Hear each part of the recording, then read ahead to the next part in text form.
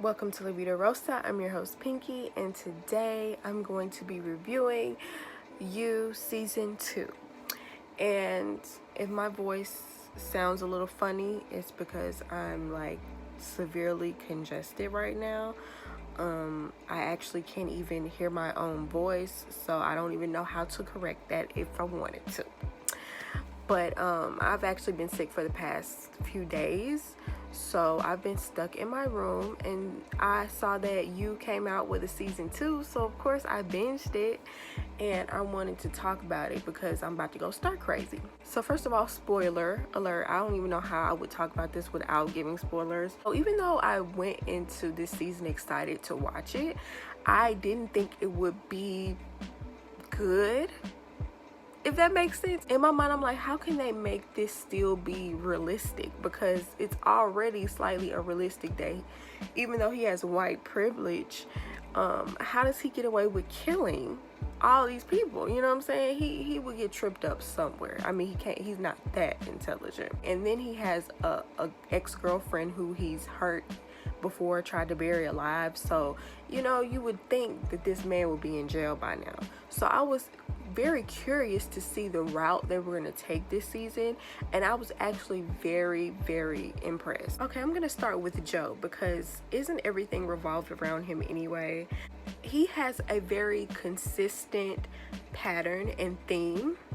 He is a predator going after his prey, and he frames it as him being romantically engrossed with someone when really he is sociopathic in nature. I think we can all agree there. I don't know how anyone finds Joe's behavior attractive. Maybe you're looking at Penn Badgley and looking at his physical frame and find him attractive, and therefore his behavior is okay with you. I could never. Like, he's cute to me too, but ain't no way I would ever deal with a man that stalked me and I find out and I'll be okay with it. But like I said, he has a theme. So his theme is he finds his prey, which is a damsel in distress, and he's really looking for a woman who is unavailable, because we find out this season that his mother was that type of woman, and she was very emotionally unavailable, whether it was with his father who was abusive to her, or whether it was her finding another man. She just always had to have a man that had access to her emotions, and while he didn't. And so I feel like, even though that doesn't explain the sociopathic serial killer nature of it all, it does give us some insight as to why he behaves this way. Joe actually killed his father at a very early age in order to protect his mother from being abused, and himself as well. And so if you remember from last season, he was also abused by a bookkeeper, and I believe that's when he was dropped off at a boys' home, because either his mother could no longer take care of him, or she lost custody of him. Either way, he was in a boys' home, and I think that's when he got in custody of this bookkeeper that taught him many of these sadistic ways of torturing people. And because he was tortured, he was kept in this glass cage and you know, forced to learn the tricks of the trade of bookkeeping, but in the most sadistic way possible.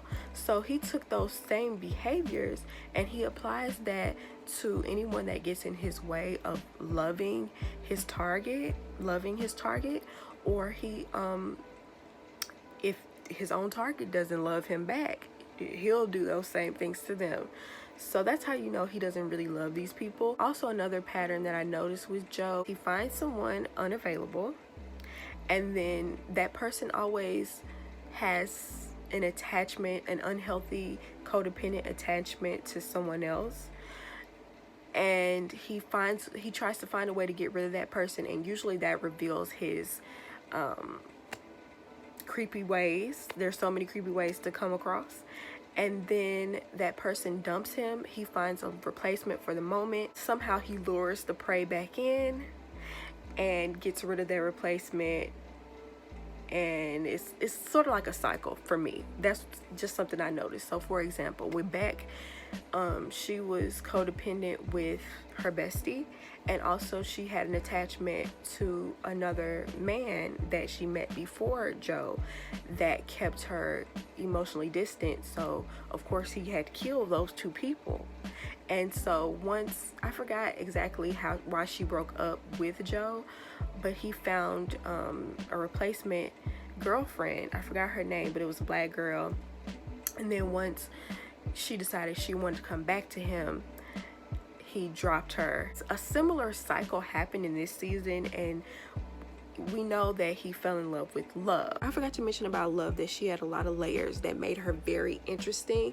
At first she seemed like she was gonna be like this like flighty, ditzy, you know, girl, when she was actually a widow. She had lost her husband somewhat suddenly to a disease that I don't think they said explicitly what it was. I believe she was still grieving, even though it had been 2 years. She was still constantly thinking of her ex-husband, and I'm thinking in her mind she was replacing him with Joe. That's something that stuck out to me in the beginning before I found out she was actually crazy, was that she was just super quick to fall in love with someone she just met, and was kind of trying to pressure him even though he was like holding back, and she was kind of like really pursuing him. She just had some really weird moments, like when she would show up to his house unannounced, and it was like, girl, did he even tell you where he lived? Did you just look up his address because you're his boss and just showed up? Like, that was weird to me. Her leaving those little cakes in his locker every day was weird and kind of stalkerish. But I was just so focused on Joe being crazy that I wasn't spotting her crazy, because a normal man probably would look at that as, oh, she kind of crazy, I don't know about that. And Love has a codependent brother named 40 who is an addict. You know, we see him go through that same sort of cycle of Love falling in love with him, her finding out he was a fraud. He replaces her for the time being with Delilah, who is his apartment complex manager, and then dumps Delilah for Love once again. Well, actually, Delilah was actually about to foil his plan, and so he kidnapped her and locked her in the glass cage. Y'all, I hope this isn't all over the place, but my mind is kind of all over the place. So in the midst of this cycle, he always finds a child to care for. Last season, it was a child in his apartment building that was being abused, which I feel like he felt the need to protect him because he had been through the same thing. So this time it was a young girl named Ellie. She was hooked up with this pseudo celebrity named Henderson. He was known for Harvey Weinsteining young girls. And her older sister Delilah had also been Harvey Weinstein by him once before. There was this whole storyline of her trying to expose him. Y'all, I gotta be honest, I was not interested in the storyline whatsoever. There was nothing that pulled me in or made me interested in either one of those characters, Delilah or Ellie. The most I was interested in Ellie was when her sister actually died. That's when I actually was like, oh, what's gonna happen to Ellie now? You know, that's the only time I actually cared. But other than that, I don't know if it was a bad casting choice. Maybe I would have cared if the acting wasn't bad. I just was never invested. They never could quite grab me with that storyline. So if I'm just brushing over that storyline, it's because I didn't really care. I feel like they kind of threw that in there so Joe would have a reason to kill somebody else, to kill Henderson. I don't know, kind of give that 40 Love storyline more life. I don't know, I just didn't really care for it. The only thing I'm gonna say about Delilah is that she was a busybody, and if she would have just minded her own business and stopped fooling around with Joe so much. You had the right impression with Joe in the first place. You should just stayed away from him altogether, but you just had to be around him. You just had to mess around with him, and you just had to go in and snoop where your nose did not belong, and that's why she's dead now. Joe wasn't the one that did it. But still, if she would have minded her own business, she would probably still be here today. The main character from last season that is included in this season is Candace, and that's Joe's ex-girlfriend who he tried to kill. And when she went to the police, she didn't have enough evidence to get the man arrested, so she was left pretty much out to dry, you know what I'm saying? And that is actually a real story that happens for a lot of women when they are attacked by men and abused by men. When they go to the police, they don't always get the help they're looking for, and it's really sad, but I'm glad they depicted that in this story because that's really true to life. And she couldn't get justice with him going to jail. She seeks her own revenge by jumping in a relationship with Love's brother 40. 40 is a drug addict, very he's what you considered a man child. That's at least that's how he's portrayed. He's very spoiled, very brattish. He achieved a little bit of fame, but eventually he became a drug addict, and that kind of like stained his name in the industry, and he's just trying to get it back. He yearns for his dad's approval, which he never gets, and kind of pushes him over the edge and makes him want to do drugs even more. Him and Love have a very codependent relationship. It didn't make sense why she wanted to defend him and coddle him so much. It didn't make sense until the twist came at the end. So the whole season they alluded to them having an au pair, which is sort of like a teenage nanny, assaulting him because he was a child. When Love got a whiff that her brother was being assaulted by this woman, she completely snapped and slit her throat.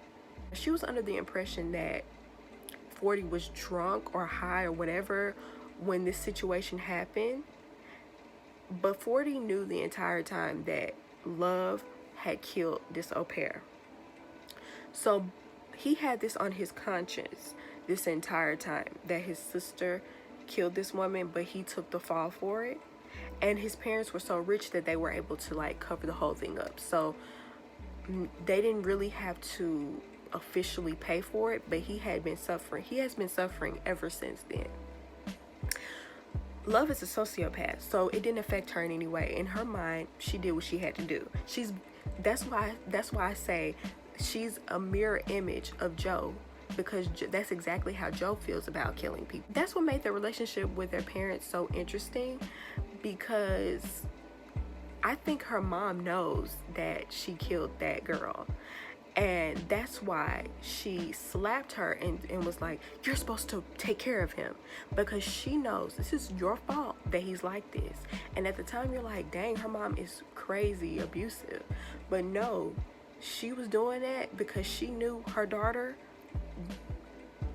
messed her son up. So that's why she babies 40. I think that's why everybody babies 40. I don't know why his dad doesn't. I haven't quite worked that out in my mind, but also wanted to make it clear that Love and 40's parents are dead wrong for not making either one of them be accountable for that woman's death. I'm not completely blaming all of 40's issues on Love, but she did play a huge role. But their parents are majority to blame, because covering it up did nothing to help them with their mental issues. It actually made it much worse. So 40 drugged Joe, while Joe had Delilah captive in the glass jail. While they were both high, Delilah was killed. And we later found out Love killed Delilah, because she found out that Delilah was a threat to Joe and their love. Candace finds Delilah dead in the glass jail. In a turn of events, Candace was able to lock Joe in the glass jail with the dead body of Delilah. She then, instead of calling the police, which she should have just did that immediately. Even if you were going to call somebody else, you need to call the police first. Have them on the way. You would think she would do that because she finally had him. She finally had enough evidence to put Joe in jail. You know what I'm saying? But she just wanted revenge. And it's like, girl, please. Please, my best revenge is you behind bars. Instead, she calls Love, because she knows that that would hurt him more than anything, for Love to know that he was a killer.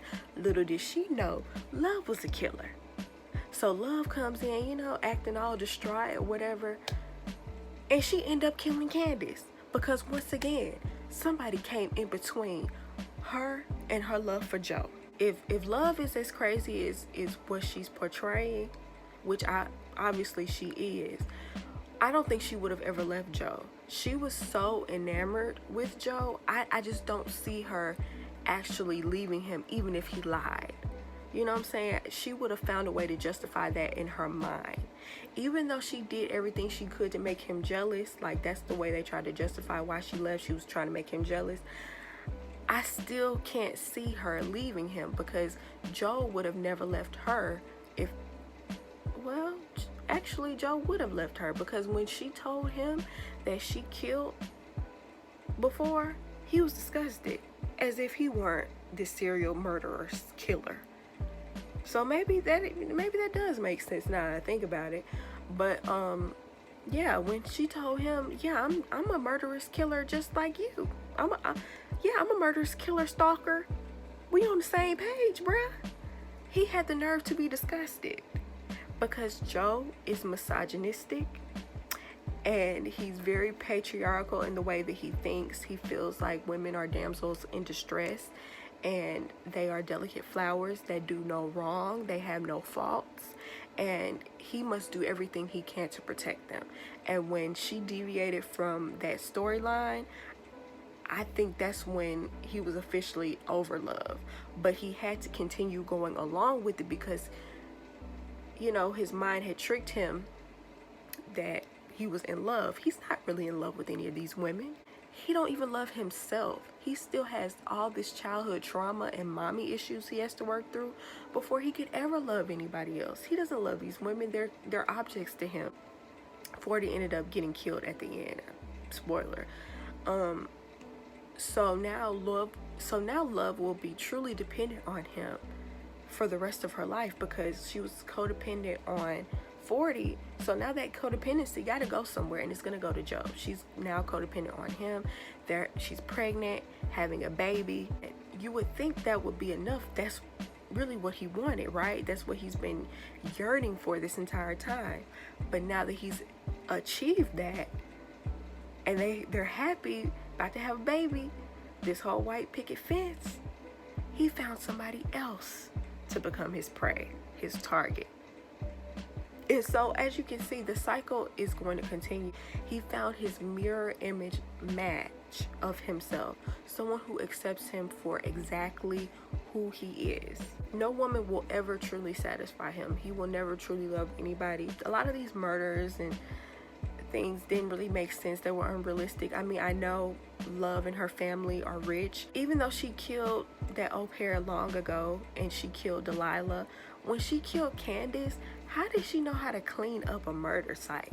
How did she, like, I know how Joe knows how to do it. He's, you know, reads books. He's, you know, been doing it for years. Like, he's an expert at this point.